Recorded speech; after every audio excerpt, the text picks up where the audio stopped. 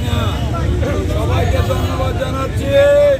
আজকে দোয়া মাহফিল সুন্দরভাবে আয়োজনের জন্য জাতীয় ছাত্রদল ৬৫ ওয়ার্ডকে নেতৃবৃন্দ, যুবদল, স্বেচ্ছাসেবক দল যারা সহযোগিতা করেছেন, আগামী দিনে ভোট যুদ্ধে ঐক্যবদ্ধভাবে আমরা সকল অপশক্তির মোকাবেলা করব।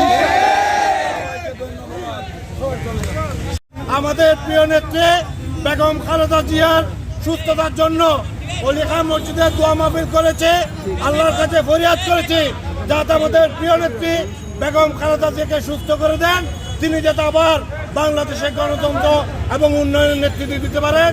আগামী ২৬ ফেব্রুয়ারি মাসে যে জাতীয় সংসদ নির্বাচন, সেই নির্বাচনে স্বাধীনতার ঘোষকের প্রার্থী, শহীদ জিয়ার প্রার্থী, খালেদা জিয়ার প্রার্থী, তারেক রহমানের প্রার্থী, ধানের শীষের প্রার্থী আবু সিলেনকে বিজয় করার জন্য আমরা এই চকবাজারের প্রত্যেকটা মা বোনের ঘরে ঘরে ধানের শীষের প্রার্থী আবু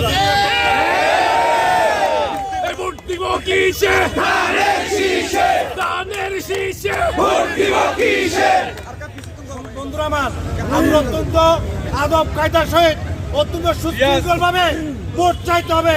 কোন ধরনের উচ্ছৃঙ্খলা, কোন ধরনের বিশৃঙ্খলা আমাদের পক্ষে বরদাস্ত করা সম্ভব হবে না।